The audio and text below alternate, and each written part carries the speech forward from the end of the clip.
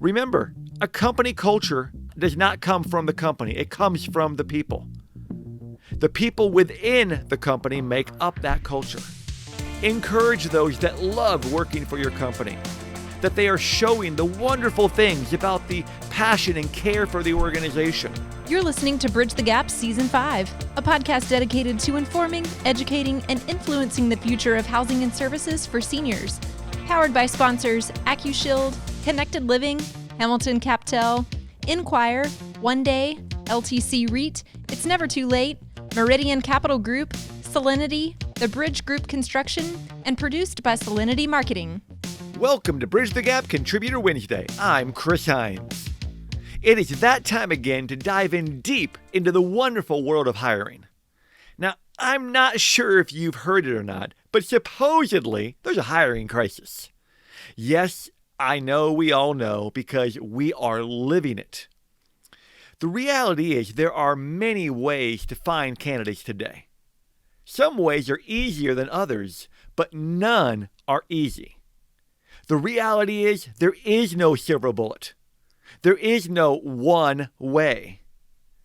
The leaders we speak with know that it will take multiple approaches to be successful in finding the right talent.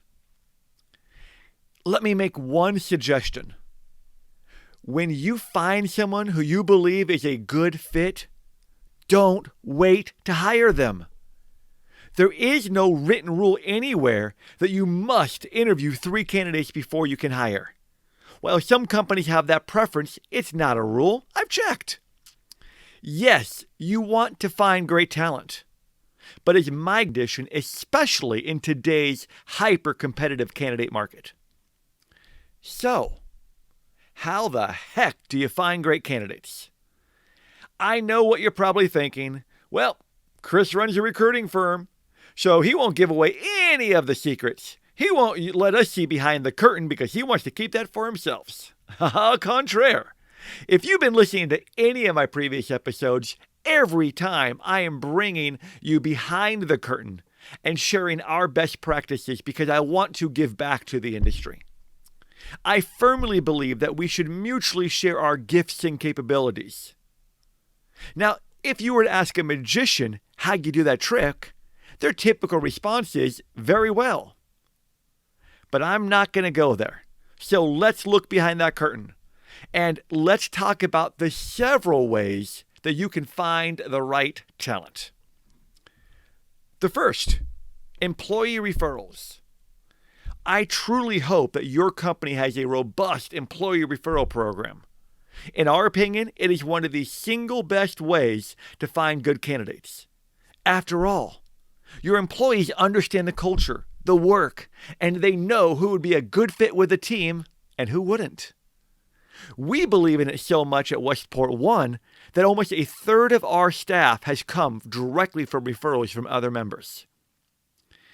I have seen many forms of employee referral programs, from a hearty handshake to gift cards to lunches to bonuses ranging anywhere from $500 to $5,000 to literal trips. While you might have a strong program, that's simply not enough. As the leader, you should specifically be talking to your community leadership to get them to think of people that would be worth reaching out to. And perhaps you have to do it more than once. A passive referral program just won't cut it. Second way to find great talent, past employees. Well, at least the ones you liked working with. In a previous episode, we talked about the boomerang employee.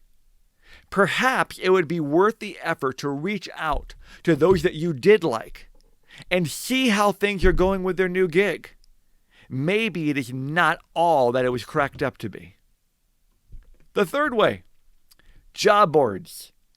The most common ones, Indeed, ZipRecruiter, LinkedIn Jobs, Monster, Career Builder, niche job boards, and of course, your own company website.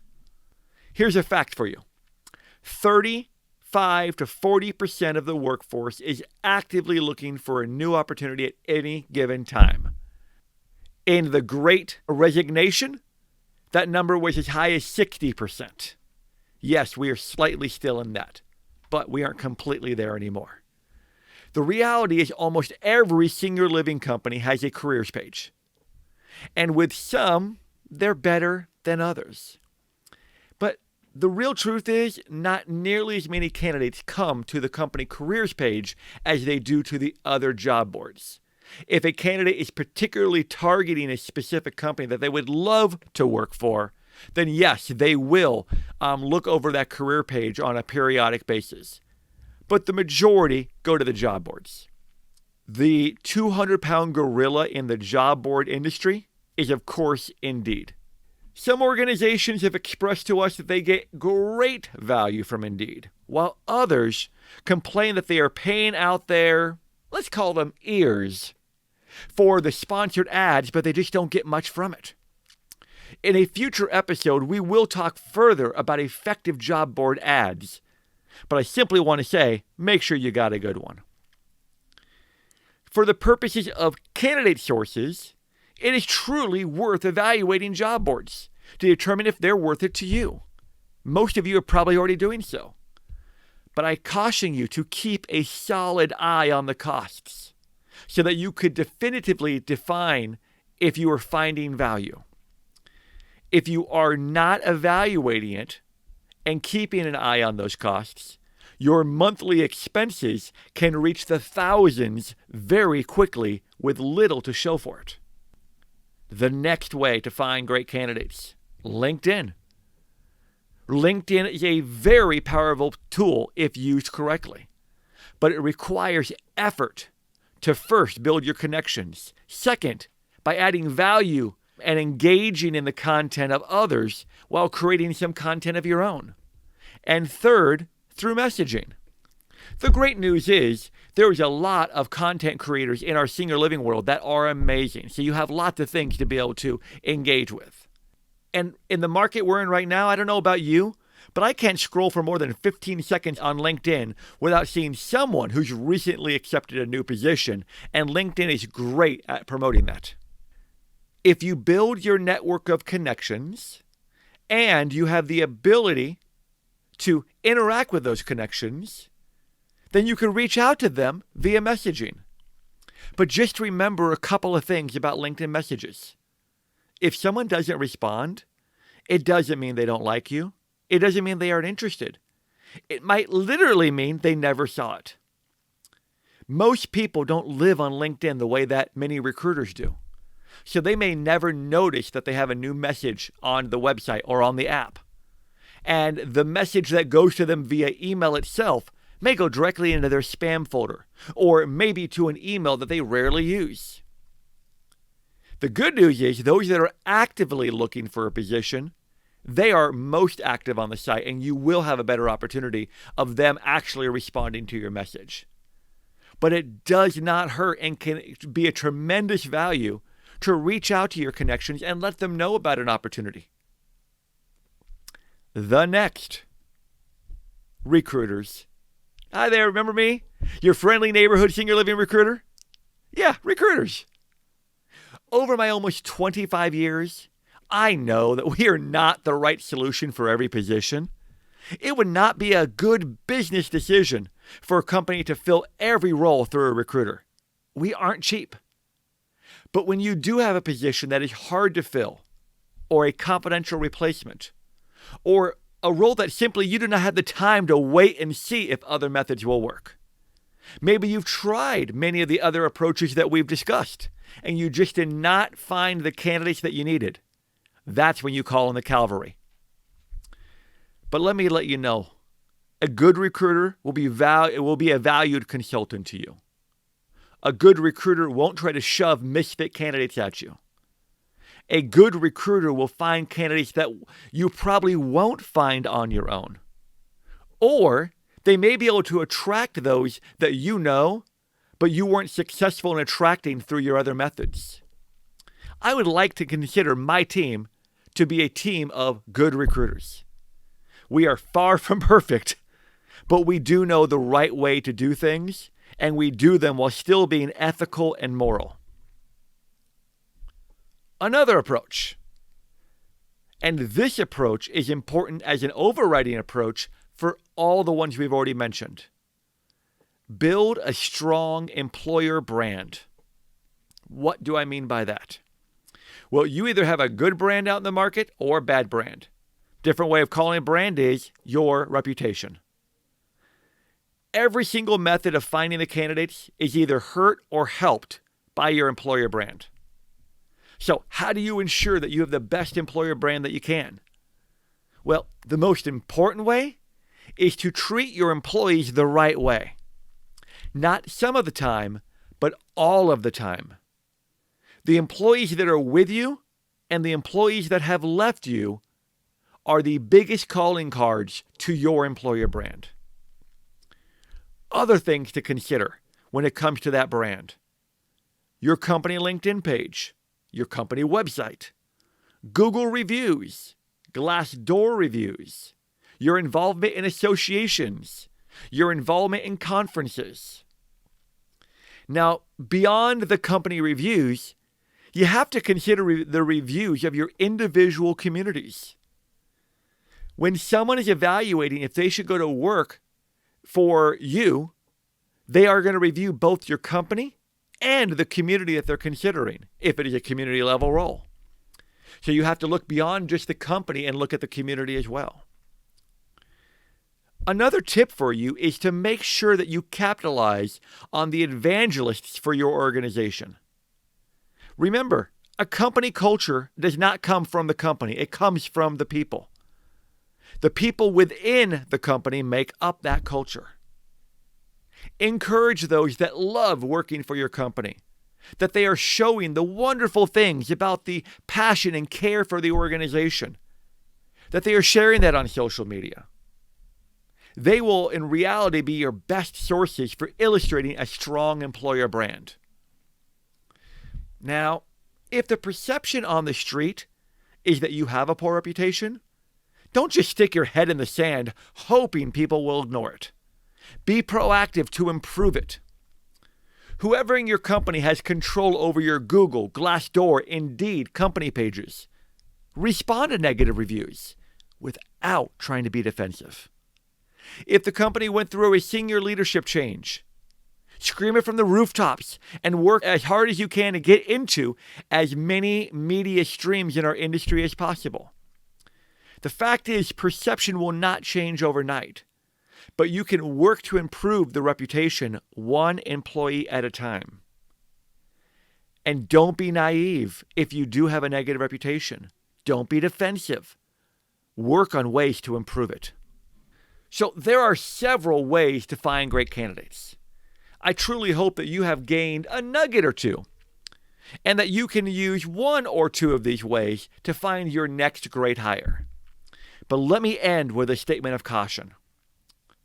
If you have great strategies to find the right candidates, but you have a poor interviewing process, or you don't have a compelling story to share as to why someone would want to come to work with you, you will lose those that you found. I've done previous episodes on both of these subjects, so if you need a refresher, go and check them out. It's now time for our mindset moment. There is so much chaos going on in the world today. Each of our lives are filled with distractions, challenges, and opportunities.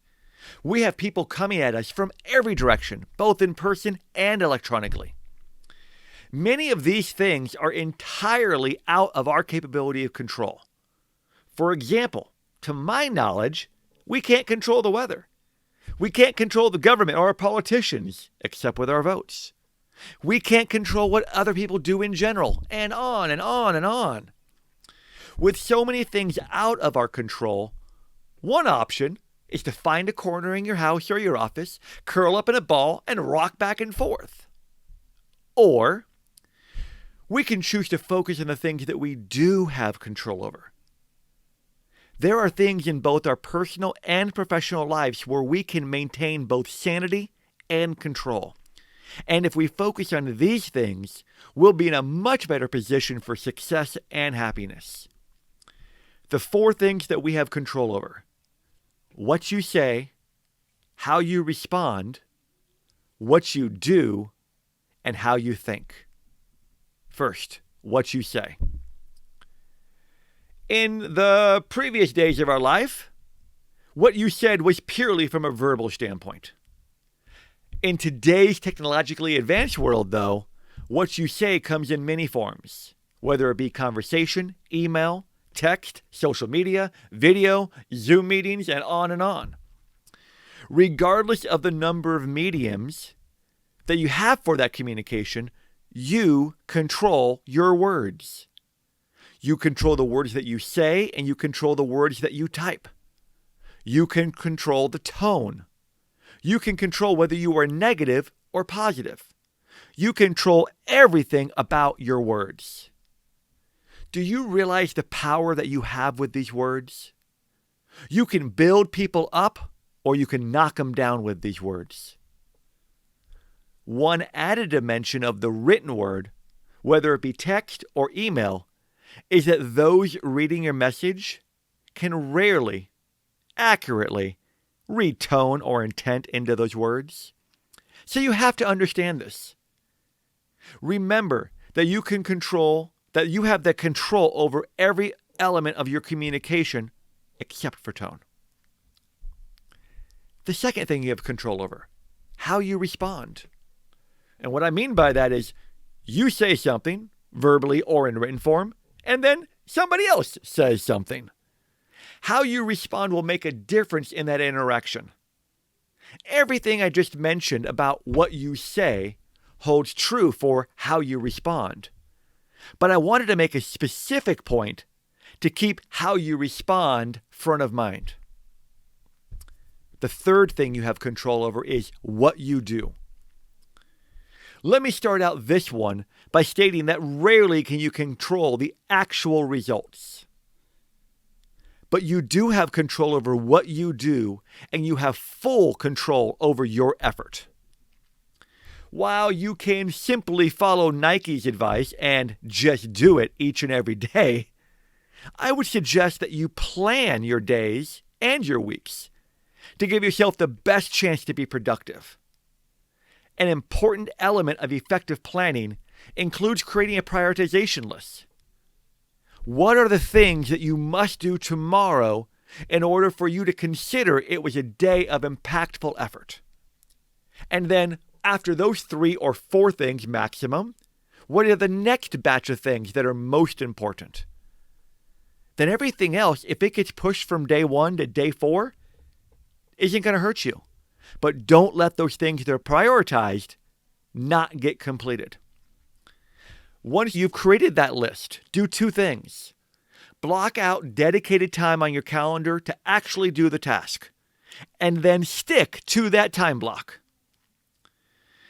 Since you know the things that you need to do, and you've blocked out the time to do them, the second recommendation is, why don't you plan what you're going to say in both verbal and written form? I know, it's a crazy concept to be fully prepared for both when to do things and what you're going to say. It's crazy, but hey, it just might work. The fourth thing that you have control over, in addition to what you say, how you respond, and what you do, the fourth is control what and how you think. If you recall from a couple episodes ago, we discussed having a growth mindset. But I want to touch on a couple additional things here. If you want a refresher on that, go back to that episode. You and you alone control your mind. This means you can control what goes into it, from the things you read, the conversations you have, the shows you watch, the news you check out. I can say with absolute certainty that your mind is affected by all of those things. They will influence how you think. I am a big believer in having a positive mindset. Understand, though, that I have this mindset still dosed in reality, but I would much rather be positive than be negative.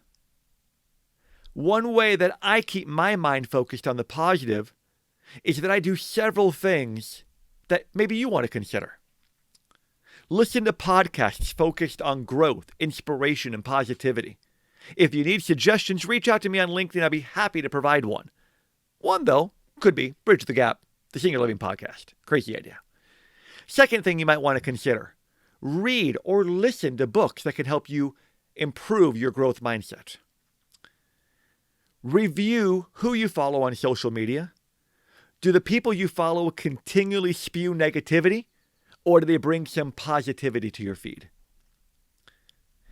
Find like-minded people and create your own mastermind group.